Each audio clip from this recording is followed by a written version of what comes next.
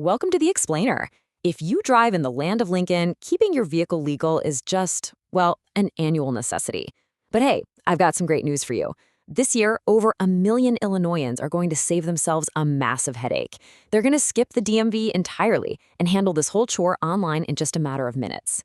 And today, I'm going to show you exactly how to do it. Seriously, are you absolutely tired of wasting your entire day at the DMV? We have all been there, right? You have to take time off work, hunt for parking, pull a little paper number, and then just sit there under those buzzing fluorescent lights, all for a tiny little sticker for your license plate. It is a universal dread. But thankfully, the Illinois Secretary of State has completely modernized their systems. They are pushing a super efficient, do it online, skip the line approach.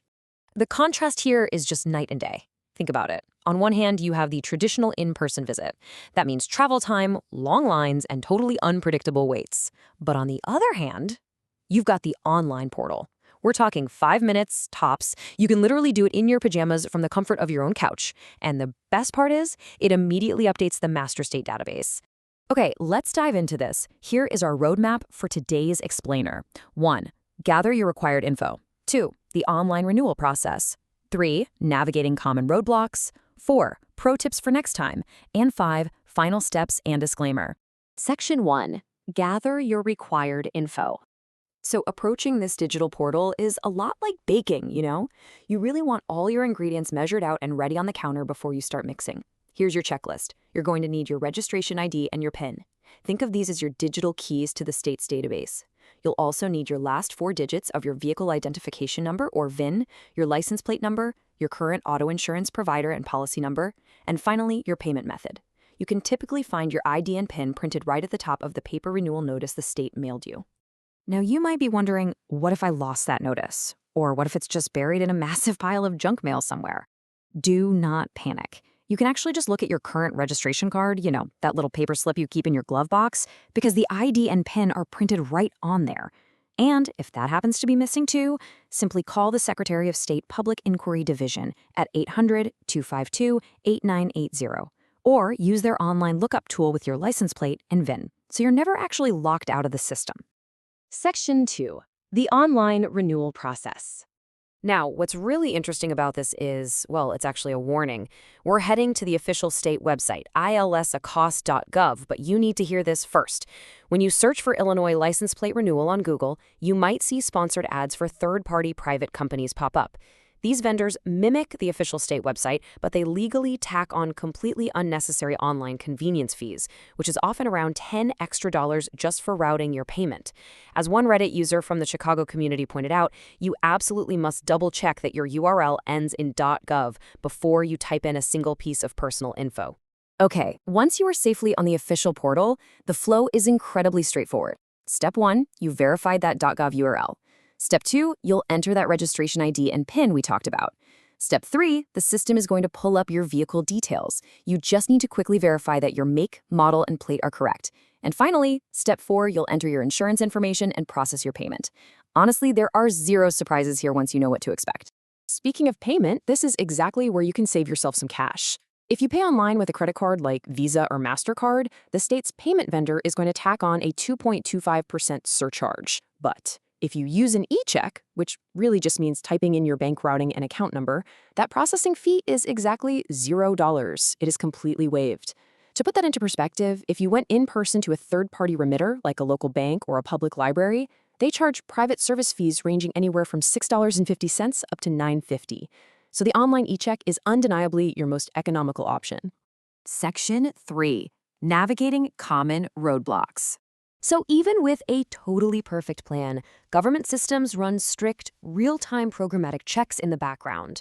And the first major roadblock you might hit is an emissions deficit. Under the Clean Air Act, vehicles that are typically over 4 years old in specific counties like Cook, DuPage, Lake, and Will, they have to pass a biannual exhaust test. If you're due for this test and you haven't passed it, the Illinois EPA will digitally flag your file. And that online renewal portal, it's going to block you immediately. You literally have to take the car in, pass the test, and then wait up to 24 hours for the computers to sync back up before you can renew. The next background check is the ILIVIS, or the Illinois Insurance Verification System. Now, Illinois law requires liability insurance, and this system actually queries a massive database in real time to confirm you have an active policy. It's pretty smart. But if you type in your insurance provider name or policy number incorrectly, or say your insurance company hasn't properly reported your coverage yet, the system will hit the brakes hard on your renewal. Finally, you really have to watch out for the state debt flag. This one catches so many people by surprise. Local municipalities actively report debts to the state to enforce collection.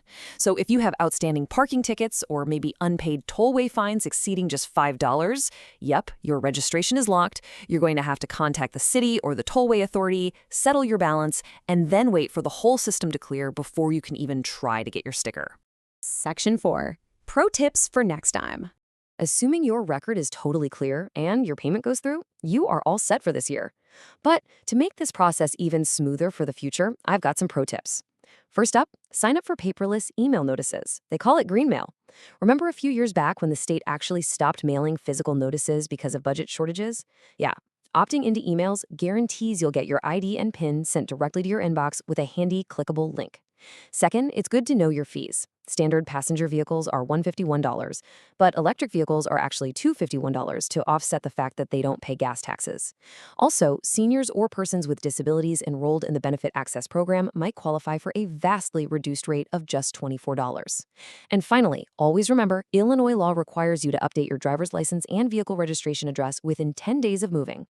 So, the crucial point here is that timing really matters when you move. The correct way to handle an address change is to use the state's address change portal about 30 days before you attempt your registration renewal.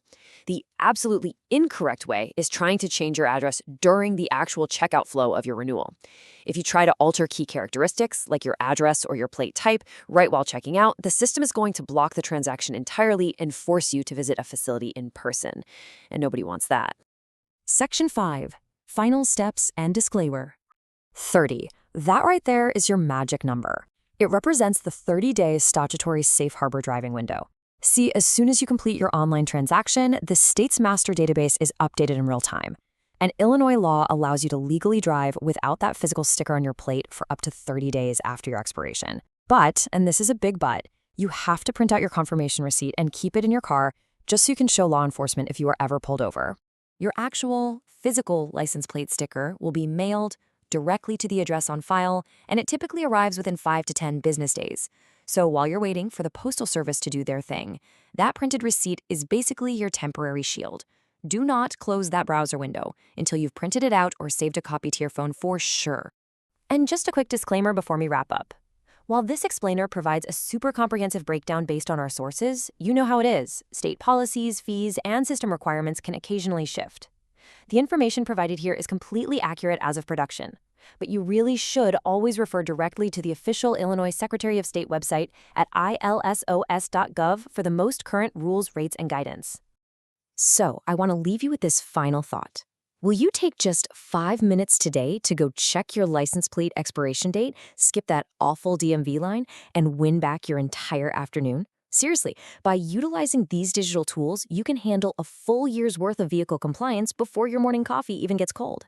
If you found this explainer helpful, please share it with a fellow Illinois driver. And hey, drop your own DMV survival tips or questions right down in the comments. Thanks so much for joining me, and safe travels out there on the road.